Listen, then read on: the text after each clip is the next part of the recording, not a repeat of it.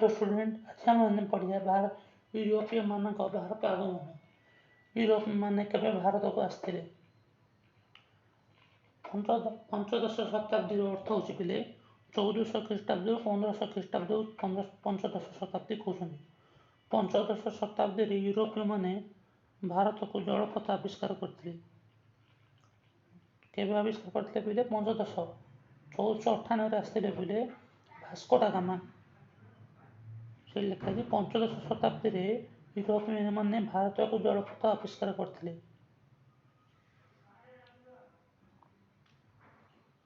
ବହୁ ପୁରୁଣା କାଳରୁ ୟୁରୋପୀୟ ରାଷ୍ଟ୍ରମାନେ ଭାରତ ସହ ବାଣିଜ୍ୟ କରୁଥିଲେ। କ'ଣ କରୁଥିଲେ ପିଲେ? ନା ଭାରତରେ ଥିବା ପାଟ ବସ୍ତ୍ର, ଲବଙ୍ଗ, ଗୋଲମରିଚ ଆଦି ମସଲା ତଥା ମୂଲ୍ୟବାନ ପଥର, ହାତୀଦନ୍ତ ଆଦି ବିଳାସ ସାମଗ୍ରୀର ୟୁରୋପୀୟ ଦେଶମାନଙ୍କର ବହୁତ ଚାହିଦା ଥିଲା। ସେଥିପାଇଁ ୟୁରୋପୀୟ ଦେଶମାନେ ଭାରତ ସହ ବାଣିଜ୍ୟ କାରବାର କରୁଥିଲେ। ତ୍ରୟୋଦଶ ଶତାବ୍ଦୀରେ 13ଶହ ଶତାବ୍ଦୀ ମାନେ ପିଲେ 1200ରୁ 1300 ଭିତରେ ଶତାବ୍ଦୀକୁ 13ଶହ ଶତାବ୍ଦୀ କହୁଛନ୍ତି। ତ୍ରୟୋଦଶ ଶତାବ୍ଦୀରେ ଇଟାଲୀର ମାର୍କୋ ପୋଲୋ, କୋଉଠର ପିଲେ? ଇଟାଲୀର ମାର୍କୋ ପୋଲୋ ନାମକ ଏକ ସାହସୀ ଯୁବକ ଏସିଆ ଭ୍ରମଣ କରିଥିଲେ। କେତେ ପିଲେ? ତ୍ରୟୋଦଶ ଶତାବ୍ଦୀରେ ଇଟାଲୀର ମାର୍କୋ ପୋଲୋ, ଇଟାଲୀର କିଏ? ମାର୍କୋ ପୋଲୋ ନାମକ ଏକ ସାହସୀ ଯୁବକ ଏସିଆ ଭ୍ରମଣ ପାଇଁ ଆସିଥିଲେ। ସେ ନିଜ ଦେଶକୁ ଫେରିଥିଲେ। ତାଙ୍କ ସହିତ କ'ଣ ନେଇଥିଲେ? ଫେରି ଭାରତରେ ହୀରା, ମୁକ୍ତା, ସୂକ୍ଷ୍ମ କାର୍ପାସ ବସ୍ତ୍ର ଅର୍ଥ କଟନ, ହେଲା, କଟନ ଯେଉଁଟା କହୁଛନ୍ତି ଆମେ ସେଇଟା କାର୍ପାସ ବସ୍ତ୍ର କହୁଛନ୍ତି। କଟନ ଲୁଗା ଓ ଅନ୍ୟାନ୍ୟ ଉତ୍କୃଷ୍ଟ ଜିନିଷ ବିଷୟରେ ଲୋକମାନଙ୍କ ଆଗରେ ବର୍ଣ୍ଣନା କଲେ। ସେ ଯେତେବେଳେ ଇଟାଲୀ ଫେରିଗଲେ ସେତେବେଳେ ଭାରତରେ ମିଳୁଥିବା ବିଭିନ୍ନ ପ୍ରକାର ଜିନିଷ ବିଷୟରେ ସେ ନିଜ ଦେଶର ୟୁରୋପରେ ଯାଇ କହିଲେ। ମାର୍କୋ ପୋଲୋଙ୍କ ଏହି ବର୍ଣ୍ଣନା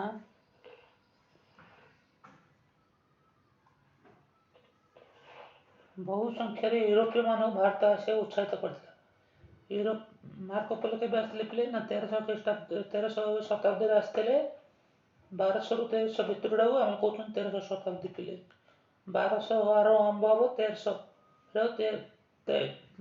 ଖ୍ରୀଷ୍ଟାବ୍ଦ ବୋଲି କହୁଛନ୍ତି 13ଶହ ଶତାବ୍ଦୀ। ତ୍ରୟୋଦଶ ଶତାବ୍ଦୀରେ ମାର୍କୋ ପୋଲୋ ଇଟାଲୀର ଭାରତକୁ ଆଗମନ କରିଥିଲେ। ସେ କ'ଣ ନେଇଥିଲେ? ଭାରତରୁ ଫେରିଥିଲେ କ'ଣ ନେଇଥିଲେ? ହୀରା, ମୁକ୍ତା, ସୂକ୍ଷ୍ମ କପା ବସ୍ତ୍ର ଓ ଅନ୍ୟାନ୍ୟ ଉତ୍କୃଷ୍ଟ ଜିନିଷ ନେଇଥିଲେ ତଥା ନିଜ ଦେଶ ୟୁରୋପରେ ଯାଇକରି ଭାରତ ଏ ପ୍ରକାର ସବୁ ଜିନିଷ ମିଳୁଛି ବୋଲି ସେଠାରେ ଲୋକମାନଙ୍କୁ କହିଥିଲେ। ମାର୍କୋ ପୋଲୋଙ୍କ ଯାହା ବର୍ଣ୍ଣନା କଲେ, ଯାହାଦ୍ୱାରା କ'ଣ ହେଲା, ବହୁତ ୟୁରୋପୀୟ ମାନେ ଭାରତ ଆସିବାକୁ ଉତ୍ସାହିତ ହେଲେ। ମାତ୍ର ସେତେବେଳେ ୟୁରୋପରୁ ଭାରତକୁ ଆସିବାକୁ କୌଣସି ସିଧା ରାସ୍ତା ନଥିଲା। ସେମାନେ କେମିତି ଆସିଥିଲେ ପିଲେ? ୟୁରୋପରୁ କନଷ୍ଟାଣ୍ଟିନୋପଲ ଯେଉଁଟା ତୁର୍କୀ ଅଛି ପିଲେ, ତୁର୍କୀ ଦେଇକି ତୁର୍କୀରୁ ଇରାକରୁ ଇରାନ, ଇରାନରୁ ଆଫଗାନିସ୍ତାନ ଦେଇକି ଭାରତକୁ ପ୍ରବେଶ କରୁଥିଲେ। କିନ୍ତୁ 1453 ଖ୍ରୀଷ୍ଟାବ୍ଦରେ ଅଟୋମାନ ସାମ୍ରାଜ୍ୟର ରାଜା ମେହେମଦ ଦ୍ୱିତୀୟ କନଷ୍ଟାଣ୍ଟିନୋପଲ ଅଧିକାର କରିଥିଲେ। ଯାହାଫଳରେ କ'ଣ ହେଲା ପିଲେ? ନା କନଷ୍ଟାଣ୍ଟିନୋପଲ ଅଟୋମାନ ସାମ୍ରାଜ୍ୟକୁ ଚାଲି ଯାଇଥିଲା।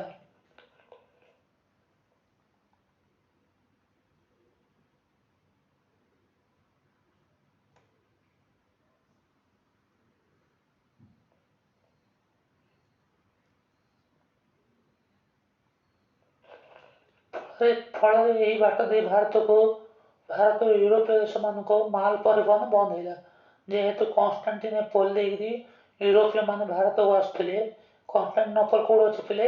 ଆଜିକାର ୱାର୍ଲଡ ମ୍ୟାପ ଦେଖିବ, ଇସ୍ତାନବୁଲ ଅଛି ପିଲେ, ତୁର୍କୀର ଇସ୍ତାନବୁଲର ସହରରେ ଅଛି କନଷ୍ଟାଣ୍ଟିନୋପଲ। କନଷ୍ଟାଣ୍ଟିନୋପଲ ତୁର୍କୀ ଦେଇକରି ଇରାନରୁ ଆଫଗାନିସ୍ତାନ ଦେଇ ଭାରତରେ ପ୍ରବେଶ କରୁଥିଲେ। କିନ୍ତୁ ଯେତେବେଳେ ଅଟୋମାନ ସମ୍ରାଟ ମେହେମଦ ଦ୍ୱିତୀୟ 1453 ଖ୍ରୀଷ୍ଟାବ୍ଦରେ କନଷ୍ଟାଣ୍ଟିନୋପଲ ଅଧିକାର କରିଥିଲେ, ଯାହାଫଳରେ କ'ଣ ହେଲା, ୟୁରୋପୀୟ ମାନେ ଆଉ କନଷ୍ଟାଣ୍ଟିନୋପଲ ଦେଇ ଭାରତକୁ ପ୍ରବେଶ କରିପାରୁନଥିଲେ। ଯାହାଦ୍ୱାରା କ'ଣ ହେଲା, ଆଗ ବ୍ୟାପାର କରୁଥିଲେ, ବ୍ୟାପାର ବନ୍ଦ ହେଲା। ତେଣୁ ୟୁରୋପୀୟ ଦେଶମାନ ଭାରତ ବାଣିଜ୍ୟ କାରବାର ହୋଇପାରିନଥିଲା।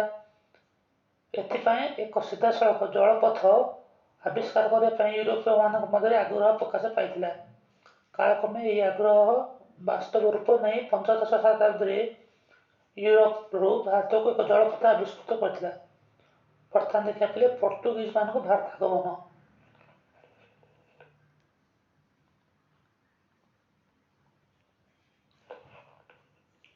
ୟୁରୋପୀୟମାନଙ୍କ ମଧ୍ୟରେ ଭାରତକୁ ଜଳପଥର ଆବିଷ୍କାର କରି ପର୍ତ୍ତୁଗୀଜ ସବୁଠାରୁ ପ୍ରଥମ ଥିଲେ। ପର୍ତ୍ତୁଗୀଜମାନେ ପର୍ତ୍ତୁଗାଲ ପିଲେ। ପର୍ତ୍ତୁଗାଲ ଦେଶର ନାବିକମାନେ ପ୍ରଥମେ ଭାରତକୁ ଆଗମନ କରିଥିଲେ। ସେମାନଙ୍କ ମଧ୍ୟରେ ବାର୍ଥୋଲୋମିଓ ଡାଏଜ ନାମକ ପର୍ତ୍ତୁଗୀଜ ନାମକ ଆଫ୍ରିକା ଉପକୂଳରୁ ନିଜ ଯାତ୍ରା ଆରମ୍ଭ କରି ଉତ୍ତର ମହାସାଗର ପର୍ଯ୍ୟନ୍ତ ଆସିଥିଲେ ଆଉ ତାହାକୁ ଆଗୁଆ ପାଇପାରିନଥିଲେ। ସେଇଠୁ ଫେରି ଯାଇଥିଲେ, ପୁନର୍ବାର ଫେରୁ ନିଜ ଦେଶକୁ ଫେରି ଯାଇଥିଲେ। ପର୍ତ୍ତୁଗାଲରୁ ସେ ଫେରି ଯାଇଥିଲେ।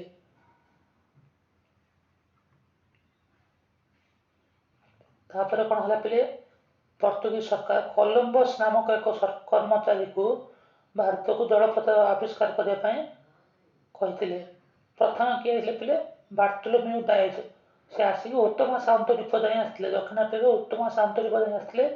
ତାପରେ ସେ କ'ଣ କଲେ, ଫେରି ଯାଇଥିଲେ ନିଜ ଦେଶକୁ। ତାପରେ ଆଉ ଜଣେ ଆସିଥିଲେ ନାବିକ, ତାଙ୍କ ନାଁ ହେଉଛି କଲମ୍ବସ୍। ହେଲା, ସିଏ କ'ଣ କଲେ, ଭାରତକୁ ଜଳପଥ ଆବିଷ୍କାର କରିବା ପାଇଁ ପର୍ତ୍ତୁଗାଲରୁ ବାହାରିଲେ। କିନ୍ତୁ ସେ ଭାରତରେ ନ ପହଞ୍ଚି ଆମେରିକାରେ ପହଞ୍ଚି ଯାଇଥିଲେ। ବୁଝାପଡ଼ୁଛି ପିଲେ? ତମେ ଯେମିତି ବାହାରିଥିବ ପିଲେ, ମନ ଧରାଯାଉ ବାହାରିଥିବ ବ୍ରହ୍ମପୁର ବାହାରିଥିବ, ମାତ୍ର ପହଞ୍ଚିଲା ବେଳକୁ କଟକରେ ପହଞ୍ଚିବ। ସେମିତି ସେ କ'ଣ କଲେ, ଭାରତକୁ ଆସିଲେ କହିକି ବାହାରିଥିଲେ, କିନ୍ତୁ କୋଉଠି ପହଞ୍ଚିଗଲେ, ସେ ପୂର୍ବ ଓଡିଆ ଜାଗାରେ ପିଲେ ସେ କ'ଣ କଲେ, ପଶ୍ଚିମକୁ ପଳେଇଲେ। ବୁଝା ପଡୁଛି? ସେ ଆଟଲାଣ୍ଟିକ ମହାସାଗର ଦେଇକି ସେ କ'ଣ କଲେ ପିଲେ, ପୂର୍ବ ଦିଗକୁ ପଳେଇଲେ। ପୂର୍ବ ଦିଗରେ କ'ଣ ଅଛି, ଆମେରିକା ଅଛି। ଆମେରିକାକୁ ସେ ପହଞ୍ଚିଲେ। ସେଇଟାକୁ ସେ ନର୍ଥ ଇଣ୍ଡିଆରେ କହୁଥିଲେ। ଆଉ ଆମର ଇଣ୍ଡିଆଟାକୁ ସେ ୱେଷ୍ଟ ଇଣ୍ଡିଆରେ କହୁଥିଲେ। କଲମ୍ବସଙ୍କ ପରେ ଏହାର 6 ବର୍ଷ ପରେ ଭାସ୍କୋ ଡା ଗାମା ନାମକ ଜଣେ ଇଟାଲୀର ନାବିକ ଭାରତକୁ ଜଳପଥର ଆବିଷ୍କାର ପାଇଁ ଚେଷ୍ଟା କରିଥିଲେ।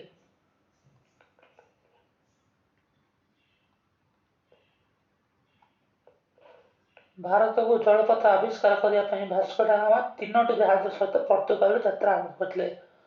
ଭାରତକୁ ଜଳପଥ ଆବିଷ୍କାର କରିବା ପାଇଁ କେତେଟା ଜାହାଜ ସହିତ ଯାଇଥିଲେ? 3ଟା ଜାହାଜ ସହିତ ଯାଇଥିଲେ। କୋଉଠୁ ବାହାରିଥିଲେ ପିଲେ? ପର୍ତ୍ତୁଗାଲର ଲିସବନ ସହରରୁ ସେ ବାହାରିଥିଲେ। ପର୍ତ୍ତୁଗାଲରୁ ଜଳଯାତ୍ରା ଆରମ୍ଭ କରିଥିଲେ। ସେ ଆଟଲାଣ୍ଟିକ ମହାସାଗରରେ ଜାହାଜ ଚଳାଇ ଆଫ୍ରିକା ମହାଦେଶ ଦକ୍ଷିଣରେ ଅବସ୍ଥିତ ଉତ୍ତର ମହାସାଗର ଦ୍ୱୀପରେ ପହଞ୍ଚିଥିଲେ। ଏହାପରେ ଭାରତ ମହାସାଗର ଦେଇ ଜଳଯାତ୍ରା କରି 1498 ଖ୍ରୀଷ୍ଟାବ୍ଦରେ ଭାରତର ପଶ୍ଚିମ ଉପକୂଳ ନେଇଥିଲେ। ଏହା ହେଉଛି ଦକ୍ଷିଣ ପଶ୍ଚିମ କେରଳର ଗୋଟେ ଜାଗା ଅଛି କାଲିକଟ ବୋଲି ପିଲେ। କାଲିକଟ ବର୍ତ୍ତମାନ ଆଜିକାଲି ସେଇଟା କହୁଛନ୍ତି କୋଝିକୋଡ଼ରେ ପହଞ୍ଚିଥିଲେ। ଯାହାଫଳରେ କ'ଣ ହେଲା, ୟୁରୋପୀୟମାନଙ୍କ ଭାରତକୁ ଜଳପଥ ଆବିଷ୍କାର ହୋଇପାରିଥିଲା।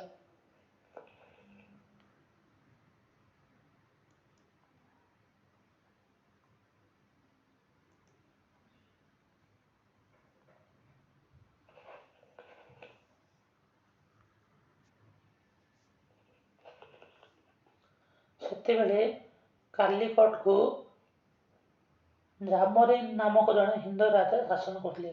କିଏ ଶାସନ କରୁଥିଲେ? ଜାମୋରିନ। ରାଜାଙ୍କ ନାଁ କ'ଣ? ଜାମୋରିନ। ହିନ୍ଦୁ ରାଜା ଶାସନ କରୁଥିଲେ। ସେ ଭାସ୍କୋ ଡା ଗାମାଙ୍କୁ ଆତିଥେୟ, ତାର ଅର୍ଥ ହେଉଛି ବନ୍ଧୁତା, ଅତିଥି ଭାବରେ ବ୍ୟବହାର କଲେ। ରାଜା କାମୋରିଜ ଭାସ୍କୋ ଡା ଗାମାଙ୍କୁ ବାଣିଜ୍ୟ କରିବା ପାଇଁ ଅନୁମତି ଦେଲେ। ଭାସ୍କୋ ଡା ଗାମା କ'ଣ କରିବାକୁ କହିଲେ? ବିଜନେସ୍ ପାଇଁ ଅନୁମତି ଦେଲେ। ଭାସ୍କୋ ଡା ଗାମାଙ୍କ ଜଳଯାତ୍ରାର ଉଦ୍ଦେଶ୍ୟ ସଫଳ ହୋଇଥିଲା। ଏହାଫଳରେ ଭାରତ ଓ ୟୁରୋପ ମଧ୍ୟରେ ବାଣିଜ୍ୟ ଯୋଗାଯୋଗ ସ୍ଥାପିତ ହୋଇଥିଲା। ବୁଝାପଡ଼ୁଛି ପିଲେ? କେତେଟା ଜାହାଜରେ ଯାଇଥିଲେ? 3ଟା ଜାହାଜରେ ଯାଇଥିଲେ। ଦକ୍ଷିଣ ଆଫ୍ରିକା ଦେଇକି ସେ ଆଟଲାଣ୍ଟିକ ମହାସାଗର ଦେଇକି ଦକ୍ଷିଣ ଆଫ୍ରିକା ଦେଇକି ଭାରତ ମହାସାଗର ଦେଇକି ସିଏ କେରଳର କାଲିକଟରେ ପହଞ୍ଚିଥିଲେ। କେବେ ପହଞ୍ଚିଥିଲେ ପିଲେ? 1498ରେ ପହଞ୍ଚିଥିଲେ। ମେ 20, 1498। ଯାହାଫଳରେ କ'ଣ ହେଲା, ୟୁରୋପରୁ ଭାରତକୁ ଜଳପଥ, ସିଧାସଳଖ ଜଳପଥ ଆବିଷ୍କାର ହୋଇଗଲା। ବର୍ତ୍ତମାନ ଦେଖିବେ ପର୍ତ୍ତୁଗୀଜ।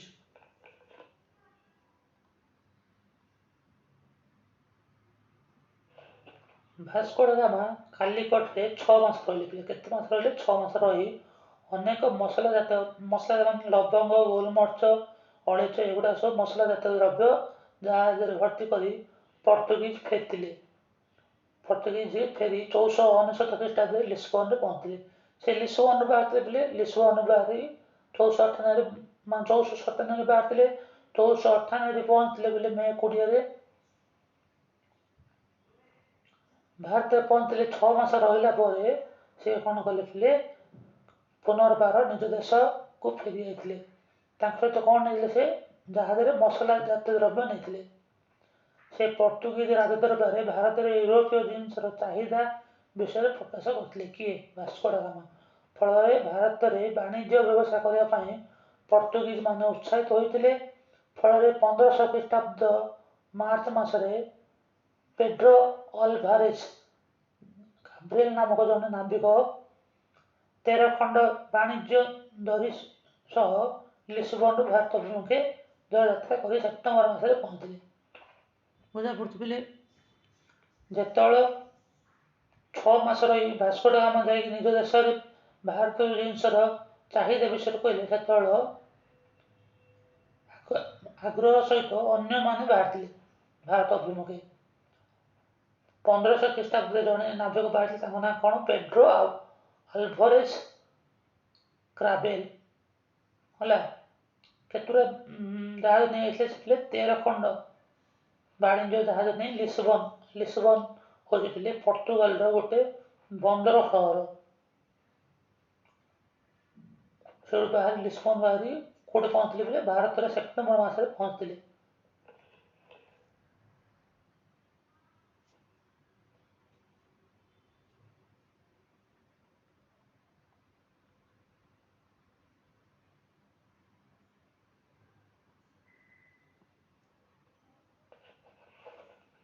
କିନ୍ତୁ ରାଜା କାମୋରିନଙ୍କ ସହ ତାଙ୍କର ମତଭେଦ ହେଇଥିଲା, ଯିଏକି ଭାସ୍କୋ ଡା ଗାମାକୁ ଆତିଥେୟତା ପ୍ରଦାନ କରିଥିଲେ।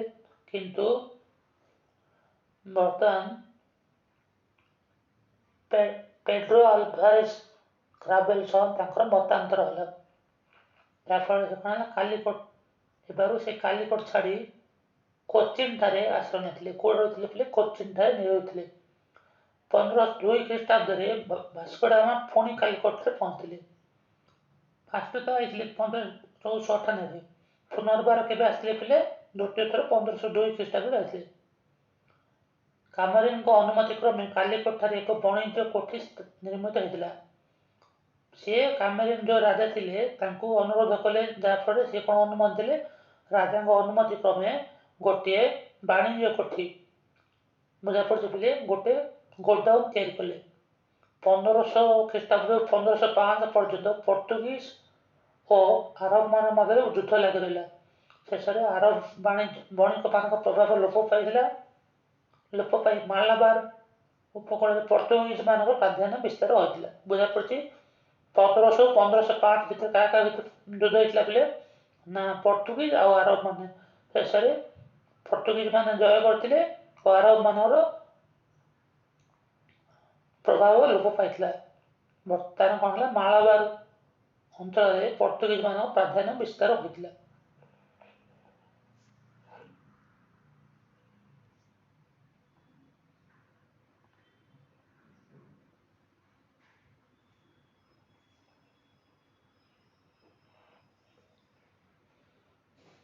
ପରବର୍ତ୍ତୀ ସମୟରେ ପର୍ତ୍ତୁଗାଲ ରାଜାଙ୍କ ଦ୍ୱାରା ପର୍ତ୍ତୁଗୀଜ ବାଣିଜ୍ୟ ପ୍ରତିଷ୍ଠାନ ପରିଚାଳନା ପାଇଁ ବର୍ତ୍ତମାନ କ'ଣ ହେଲା, ତାପରେ ପର୍ତ୍ତୁଗାଲର ରାଜା କ'ଣ କଲେ, ବାଣିଜ୍ୟ ମାନେ ବିଜନେସର ପରିଚାଳନା ଠିକ୍ ଭାବରେ ପରିଚାଳନା ପାଇଁ ଗଭର୍ଣ୍ଣର ମାନେ ନିଯୁକ୍ତ କଲେ।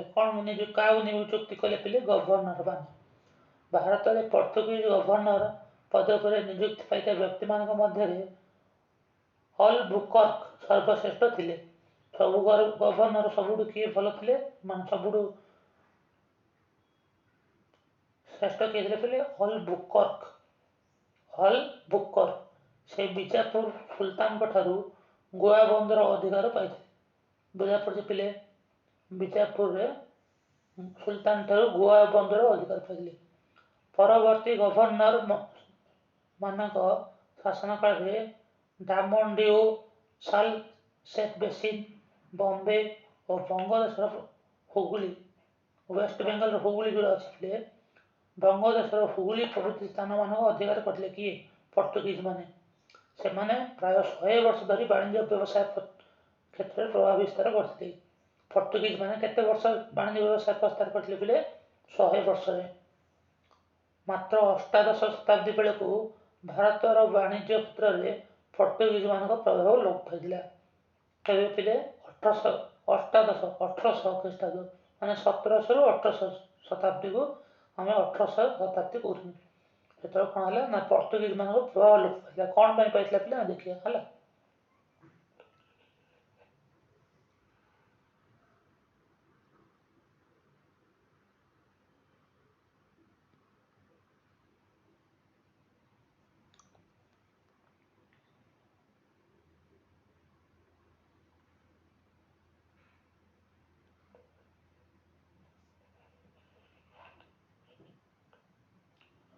ଡଚ୍ ବା ଓଲନ୍ଦାଜ ଡେନମାର୍କର ଲୋକମାନଙ୍କୁ ଡଚ୍ କୁହାଯାଉଛି ପିଲେ। 16ଶ ଶତାବ୍ଦୀର ଶେଷ ଭାଗରେ ହଲାଣ୍ଡ ଦେଶର ଅଧିବାସୀ ବା ଡଚ୍ ମାନେ ଭାରତକୁ ବାଣିଜ୍ୟ କରିବାକୁ ଆସିଥିଲେ। କେବେ ଆସିଥିଲେ ପିଲେ? 16ଶ ଶତାବ୍ଦୀ, 1500ରୁ 1600 ଖ୍ରୀଷ୍ଟାବ୍ଦକୁ 16ଶ ଶତାବ୍ଦୀ କହୁଛନ୍ତି। କୋଉ ଦେଶର? ହଲାଣ୍ଡ ଦେଶର ଲୋକମାନଙ୍କୁ ଡଚ୍ କୁହାଯାଉଛି ପିଲେ ହେଲା। ଡଚ୍ ମାନେ ଭାରତକୁ ବାଣିଜ୍ୟ କରିବାକୁ ଆସିଥିଲେ। 1602 ଖ୍ରୀଷ୍ଟାବ୍ଦରେ ସେମାନେ ଡଚ୍ ଇଷ୍ଟ ଇଣ୍ଡିଆ କମ୍ପାନୀ ନାମକ ଏକ ବାଣିଜ୍ୟ ସଂସ୍ଥା ଗଠନ କରିଥିଲେ।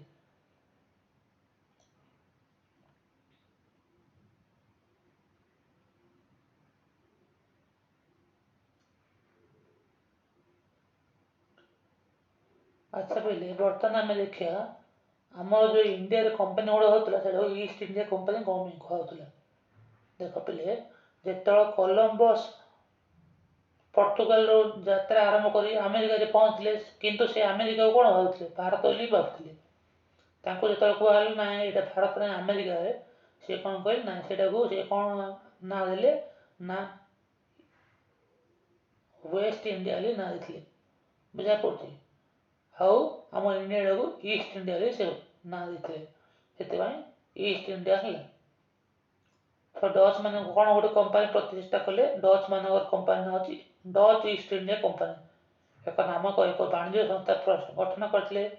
ଭାରତ ଓ ଦକ୍ଷିଣ ପୂର୍ବ ଏସିଆରୁ, ଚାଇନା, ଆମର ହେଉଛି ମାଲଡିଭ୍ସ, ତାପରେ ହେଲା ପିଲେ ଫିଲିପିନ୍ସ, ଏଗୁଡ଼ା ସବୁ ଦକ୍ଷିଣ ପୂର୍ବ ଏସିଆରୁ ଗରମ ମସଲା ଆମଦାନୀ କରିବା ସେମାନଙ୍କ ପ୍ରଧାନ ଉଦ୍ଦେଶ୍ୟ ଥିଲା।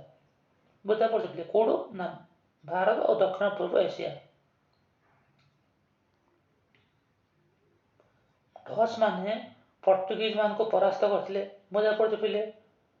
ମୁଁ ତମ ଆଗରୁ କହିଥିଲି 1600 ଖ୍ରୀଷ୍ଟାବ୍ଦରେ ପର୍ତ୍ତୁଗୀଜ ମାନଙ୍କ ପ୍ରଭାବ ଲୋପ ପାଇଥିଲା। କ'ଣ ପାଇଁ? ନା ଯେହେତୁ ଡଚ୍ ମାନେ ଆସିଥିଲେ, ଡଚ୍ ମାନଙ୍କ ଯୋଗୁଁ ପର୍ତ୍ତୁଗୀଜ ମାନଙ୍କ ପ୍ରଭାବ ଲୋପ ପାଇଥିଲା।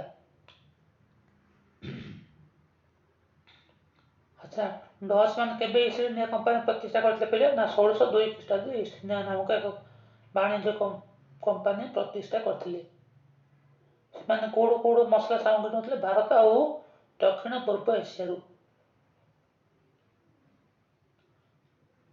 ଡଚ୍ ମାନେ ପର୍ତ୍ତୁଗୀଜ ମାନଙ୍କୁ ପରାସ୍ତ କରି ସେମାନଙ୍କ ଅଧୀନରେ ଅନେକ ଅଞ୍ଚଳ ଅଧିକାର କରିଥିଲେ।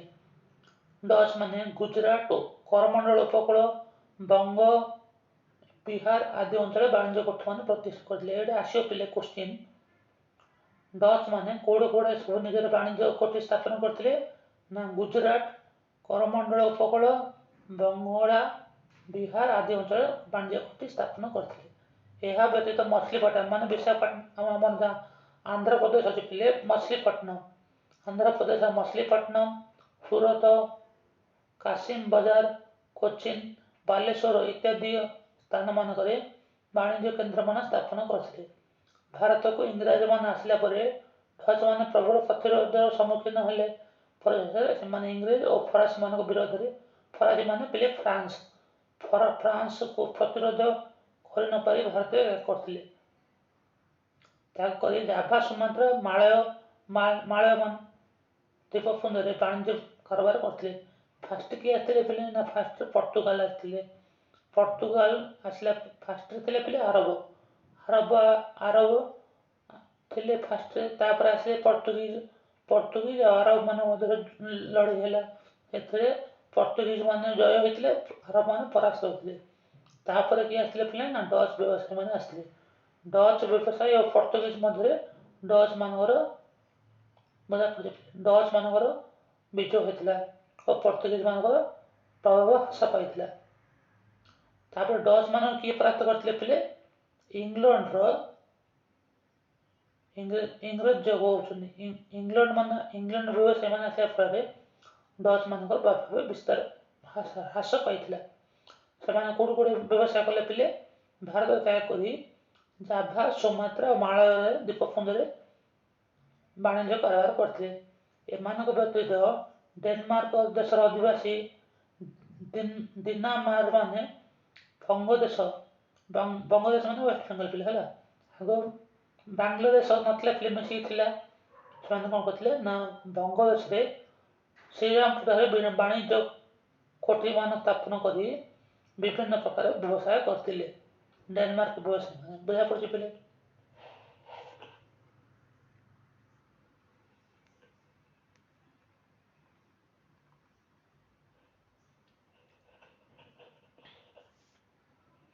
ବର୍ତ୍ତମାନ ଦେଖିବା ପିଲେ ଇଂରେଜ ଇଷ୍ଟ ଇଣ୍ଡିଆ କମ୍ପାନୀ। ଇଂରେଜ ମାନେ ଇଂଲଣ୍ଡର ଇଷ୍ଟ ଇଣ୍ଡିଆ କମ୍ପାନୀ ବିଷୟରେ ଦେଖିବା। 1599 ଖ୍ରୀଷ୍ଟାବ୍ଦରେ ଲଣ୍ଡନର କେତେକ ବଣିଜ ଓ ନାବିକମାନେ ଏକ ବାଣିଜ୍ୟ ସଂସ୍ଥା ଗଠନ କରିଥିଲେ ପିଲେ। ବୁଝା ପଡ଼ୁଛି କେବେ ପିଲେ? 1599 ଖ୍ରୀଷ୍ଟାବ୍ଦରେ ଲଣ୍ଡନର କେତେକ ବ୍ୟବସାୟୀ ଓ ନାବିକମାନେ ଏକ ବାଣିଜ୍ୟ ସଂସ୍ଥା ବିଜନେସ୍ ସଂସ୍ଥା ଗୋଟେ ଗଠନ କରିଥିଲେ। ଏହି ସଂସ୍ଥାକୁ ଇଂଲଣ୍ଡର ରାଣୀ ଏଲିଜାବେଥ, ଇଂଲଣ୍ଡର ରାଣୀଙ୍କ ନାଁ କ'ଣ ପିଲେ? ଏଲିଜାବେଥ, ବାଣିଜ୍ୟ କରିବା ପାଇଁ ଅନୁମତି ଦେଇଥିଲେ। ପରବର୍ତ୍ତୀ କାଳରେ ଏହି କମ୍ପାନୀ ଇଷ୍ଟ ଇଣ୍ଡିଆ କମ୍ପାନୀ ନାମରେ ପରିଚିତ ହୋଇଥିଲା। ଇଷ୍ଟ ଇଣ୍ଡିଆ କମ୍ପାନୀ ପ୍ରଥମେ ଜାଭା, ସୁମାତ୍ରା ଇତ୍ୟାଦି ସ୍ଥାନରେ ବାଣିଜ୍ୟ କରିଥିଲେ। ଏସବୁ ସ୍ଥାନରେ ସେମାନଙ୍କୁ ଡଚ୍ ମାନଙ୍କ ସହ ପ୍ରତିଦ୍ୱନ୍ଦିତା କରିବାକୁ ପଡ଼ିଥିଲା। କାହିଁକି ପିଲେ? ଡଚ୍ ମାନେ ପଳେଇଥିଲେ ଇଣ୍ଡିଆ ଛାଡ଼ିକି ଜାଭା, ସୁମାତ୍ରା, ମାଳଦ୍ୱୀପକୁ। ସେମାନଙ୍କୁ କ'ଣ କରିବାକୁ ପଡ଼ିଥିଲା ପିଲେ? ସଂଘର୍ଷ କରିବାକୁ ପଡ଼ିଥିଲା। ତେଣୁ ସେମାନେ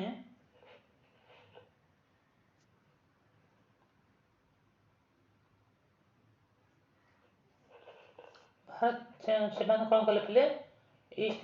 ଇଂରେଜ ଇଷ୍ଟ ଇଣ୍ଡିଆ କମ୍ପାନୀ ଭାରତରେ ବାଣିଜ୍ୟ କରିବା ପାଇଁ ଆଗ୍ରହୀ ହୋଇଥିଲେ। ଏହି କାର୍ଯ୍ୟ ପାଇଁ ସେ ସମୟରେ ଭାରତରେ ଶାସନ କରୁଥିବା ମୋଗଲ ସମ୍ରାଟ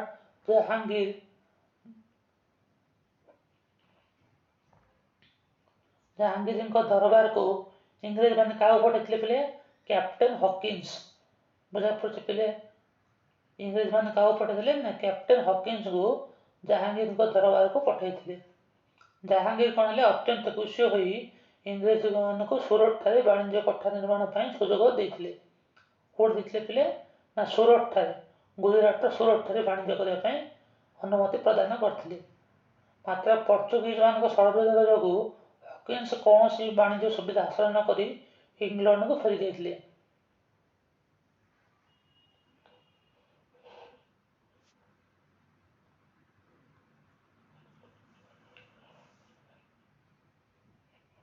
ପ୍ରଥମ ଜେମ୍ସ ସାର୍ ଟମାସ ରୋ ନାମକ ଏକ ବିଚକ୍ଷଣ ରାଜଦୂତଙ୍କୁ ଜାହାଙ୍ଗୀରଙ୍କ ଦରବାରକୁ ପଠାଇ ଅନେକ ବାଣିଜ୍ୟ ସୁବିଧା ହାସଲ କରିଥିଲେ। କିଏ ପିଲେ? ପ୍ରଥମେ ଜେମ୍ସ ସାର୍ ଟମାସ ରୋ ଜାହାଙ୍ଗୀର ଦରବାରକୁ ଯାଇ ଅନେକ ବାଣିଜ୍ୟ ସୁବିଧା ହାସଲ କରିଥିଲେ। ସେ 1619 ଖ୍ରୀଷ୍ଟାବ୍ଦରେ ଭାରତରୁ ବିଦାୟ ନେବା ବେଳକୁ ଆଗ୍ରା, ଅହମ୍ମଦାବାଦ, ସୁରତ ଇତ୍ୟାଦି ସ୍ଥାନରେ ବାଣିଜ୍ୟ କୋଠରୀ ସ୍ଥାପନ କରିଥିଲେ। କିଏ ପିଲେ? ଟମାସ ରୋ। କେବେ? 1619 ଖ୍ରୀଷ୍ଟାବ୍ଦରେ ଥିଲେ। ଭାରତକୁ ଯେତେବେଳେ ସେ ପ୍ରତ୍ୟାବର୍ତ୍ତନ କରିଥିଲେ ଆଉଥରେ ଇଂଲଣ୍ଡ, ସେତେବେଳେ କ'ଣ କରିଥିଲେ ନା ଆଗ୍ରା अहमदाबाद सूरत इत्यादि स्थान वाणिज्य कोठी मान स्थापन करथिले। एहापर इंग्रेज माने भारतर दक्षिण उपकूल वाणिज्य कोठी स्थापन ପାଇଁ उद्यम करथिले। फଳରେ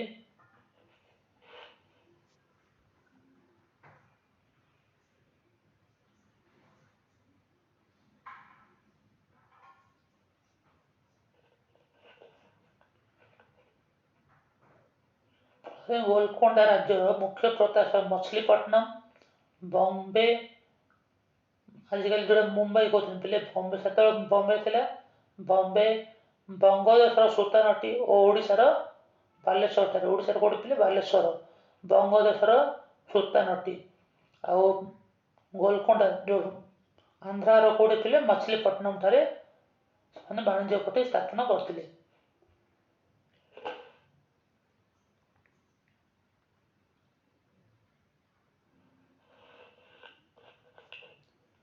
ଏହିପରି ଭାବରେ ଇଂରେଜମାନେ ସେମାନଙ୍କ ବାଣିଜ୍ୟ ପ୍ରସାର ଘଟାଇ ପରବର୍ତ୍ତୀ ସମୟରେ ଭାରତୀୟ ରାଜନୀତି କ୍ଷେତ୍ରରେ ହସ୍ତକ୍ଷେପ କଲେ। ପ୍ରଥମେ କ'ଣ କଲେ ପିଲେ ନା ବ୍ୟବସାୟ କରିବା ପାଇଁ ଆସିକି ବ୍ୟବସାୟ କଲେ, ତାପରେ କ'ଣ କଲେ ଭାରତରେ ରାଜନୀତିରେ ହସ୍ତକ୍ଷେପ କଲେ।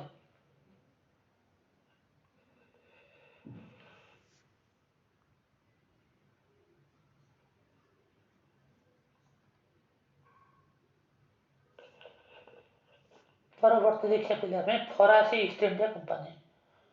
ଡଚ୍ ଇଷ୍ଟ ଇଣ୍ଡିଆ କମ୍ପାନୀ ଗଲା, ଡଚ୍ ପରେ ଇଂରେଜର ଇଷ୍ଟ ଇଣ୍ଡିଆ କମ୍ପାନୀ ହେଲା ବର୍ତ୍ତମାନ ଫରାସୀ East India company. Portuguese, Dutch ଓ ଇଂରେଜମାନଙ୍କ ଆସିବାର ବହୁ ବର୍ଷ ପରେ ଫରାସୀମାନେ ଫ୍ରାନ୍ସ ଥିଲେ। ଫରାସୀମାନେ ବାଣିଜ୍ୟ କରିବା ପାଇଁ ଭାରତକୁ ଆସିଥିଲେ। ସେମାନେ ଭାରତକୁ 1664 ଖ୍ରୀଷ୍ଟାବ୍ଦରେ ଆସିଥିଲେ। 1664 ଖ୍ରୀଷ୍ଟାବ୍ଦରେ ଫରାସୀ ଇଷ୍ଟ ଇଣ୍ଡିଆ କମ୍ପାନୀ ଗଠନ କରିଥିଲେ। ପ୍ରାଚ୍ୟ ଦେଶମାନଙ୍କ ସହ ବାଣିଜ୍ୟ କାରବାର କରିବା ଏହାର ମୁଖ୍ୟ ଉଦ୍ଦେଶ୍ୟ ଥିଲା। 1664 ଖ୍ରୀଷ୍ଟାବ୍ଦରେ ଯେଉଁ ଫ୍ରାନ୍ସ ଦେଶର ମାନେ ଯେଉଁମାନେ ବିଜନେସମ୍ୟାନ୍ ମାନେ ସେମାନେ ଗୋଟେ କମ୍ପାନୀ ଗଠନ କରିଥିଲେ, ତା ନାଁ କ'ଣ ଥିଲା କହିଲେ ଫରାସୀ ଇଷ୍ଟ ଇଣ୍ଡିଆ କମ୍ପାନୀ ବା ଫ୍ରାନ୍ସ ଇଷ୍ଟ ଇଣ୍ଡିଆ କମ୍ପାନୀ। ତାର ମୁଖ୍ୟ କାମ କ'ଣ ଥିଲା ନା ବିଦେଶ ଦେଶ ସହିତ ବେପାର କରିବା। ପରବର୍ତ୍ତୀ ସମୟରେ 1668 ଖ୍ରୀଷ୍ଟାବ୍ଦରେ କେତେକ ଫରାସୀ ବା ଫ୍ରାନ୍ସ ବଣିକ ସୁରତଠାରେ ବାଣିଜ୍ୟ କୋଠା ନିର୍ମାଣ କରିଥିଲେ। ଆଗରୁ ଇଂରେଜମାନେ କରିଥିଲେ, ତାପରେ କିଏ କଲେ ଥିଲେ ନା ଫ୍ରାନ୍ସ, ତାପରେ ତାଙ୍କ ଭିତରେ ବାଡ଼ାପିଟା ହେବେ ପିଲେ ବୁଝା ପଡ଼ୁଛି। ବେପାର ପାଇଁ ଇଂରେଜ ଆଉ ଫ୍ରାନ୍ସ ଲୋକ ଫରାସୀ ଭିତରେ ମାଡ଼ଗୋଳ ହବ। ସେମାନେ ଗୋଲକୋଣ୍ଡା ସୁଲତାନଠାରୁ ଅନୁମତି ପାଇ ମଛଲିପଟ୍ଟନମ, ଇଂରେଜମାନଙ୍କର ବି ଦେଖ ମଛଲିପଟ୍ଟନମ ଥିଲା, ବର୍ତ୍ତମାନ ଫ୍ରାନ୍ସର ବି ମଛଲିପଟ୍ଟନମଠାରେ ବାଣିଜ୍ୟ କୋଠି ନିର୍ମାଣ କରିଥିଲେ। ପରେ ପରେ ସେମାନେ ପଣ୍ଡିଚେରୀ, ବଙ୍ଗଦେଶର ଚନ୍ଦନନଗର ଓ ଓଡ଼ିଶାର ବାଲେଶ୍ୱର ବି ଥିଲା ଆଗରୁ। ଓଡ଼ିଶାର ବାଲେଶ୍ୱରଠାରେ ବାଣିଜ୍ୟ କୋଠି ନିର୍ମାଣ କରିଥିଲେ। ଏହାଛଡ଼ା ମାଲାବାର ଉପକୂଳର ମାହେ ବନ୍ଦର ଫରାସୀମାନଙ୍କ ଅଧିକାର କରି ସେଠାରେ ବାଣିଜ୍ୟ ବଜାର କାରବାର କରିଥିଲେ।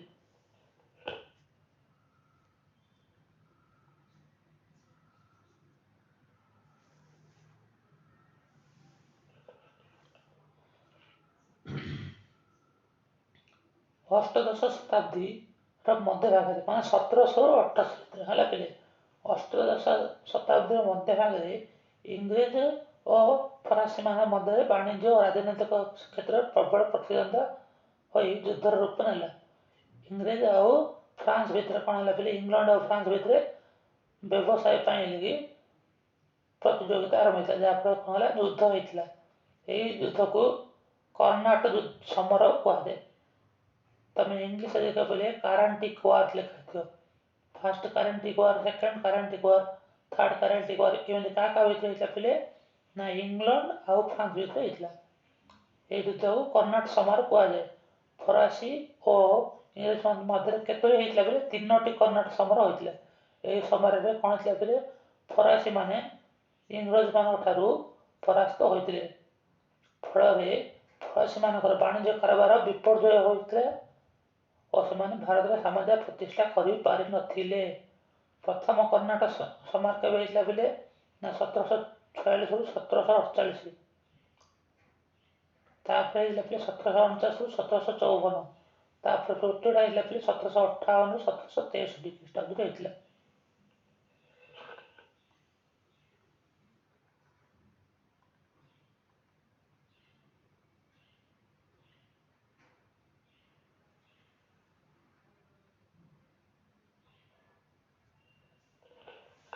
ଏଇ ଭିଡ଼ିଓ ଏତିକି ଥିଲା ପିଲେ ଆଜିର ପାଠ ୟୁରୋପ ମାନଙ୍କ ଭାରତ ଗସ୍ତ।